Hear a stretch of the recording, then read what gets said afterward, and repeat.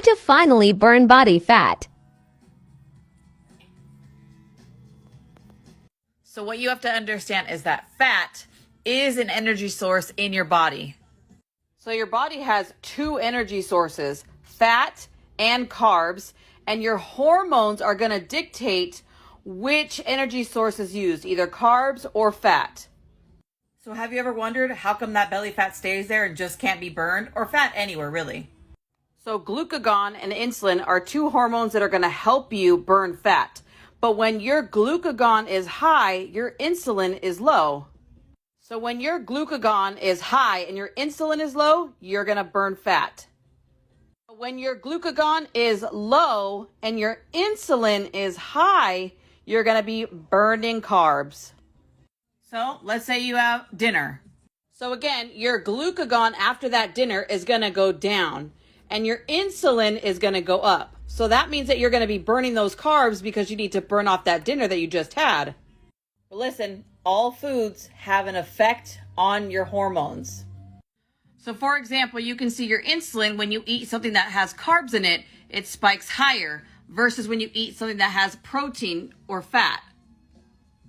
So if you're having a dinner like this, and then you wake up and have something like this, or something like this, your glucagon is going to constantly stay down and your insulin is going to constantly stay up to be burning those carbs. It's never going to get a chance for the glucagon to go up and the insulin down for you to burn that fat.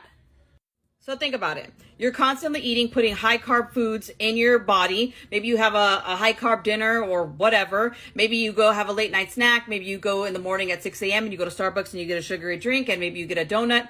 Your glucagon never has a chance to go up and your insulin to come down in order to burn that fat. So remember, all those high carb things that you're putting in your body, your glucagon is going to stay down and your insulin is going to stay up, which means you're going to be burning those carbs. So let's say that you stop eating at 6 p.m. and you fast, meaning that you are not eating. You have a window of not eating, let's say until 11 a.m. That's 17 hours for your glucagon to go up and your insulin to come down in order for you to start to burn that belly fat and that body fat. So you fast for those 17 hours, and then when you break your fast, what you're putting in your body is something that is high in protein and high in fats. Your insulin levels are not going to spike as much. Therefore, you are going to be burning way more fat. So when you are prioritizing protein and fats and fibers, you are going to stay fuller longer. You're not going to have those crashes after you eat any type of meal or those constant cravings for more food. So here are some signs to see if your insulin levels are high. Sugar cravings, unusual weight gain, frequent hunger, excessive hunger, issues with concentration, anxiety or feelings of panic, extreme tiredness, and so on. Let me give you a little food for thought. Think about the food industry and how much money is made yearly. And how many restaurants do you see on every single corner, on every street you drive down? Like this and follow for more. How to burn belly fat. So the first thing you have to understand is that fat is a form of energy in your body. And your body has two energy sources, fat and carbs.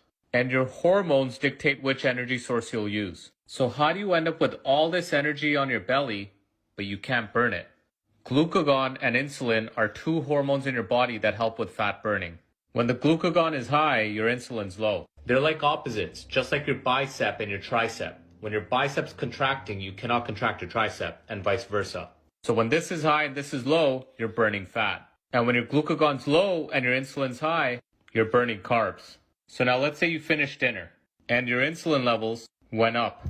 Now your glucagon levels went down, and remember what that means. You're now burning the carbs because you got to burn the dinner you just ate. However, every food has a different effect on your insulin and glucagon levels. For example, look at the effect of your insulin levels from carbs compared to protein and fat. So if you have a high carb dinner, like pasta or pizza or roti or a bunch of rice, your insulin levels would shoot up a lot higher compared to a meal that's rich in protein and fat and lower in carbs or more fibrous carbs. I like to call this rule FFP, fiber, fat, and protein. Well, now your insulin only spiked that high. So let's say you finish your dinner at 7 p.m.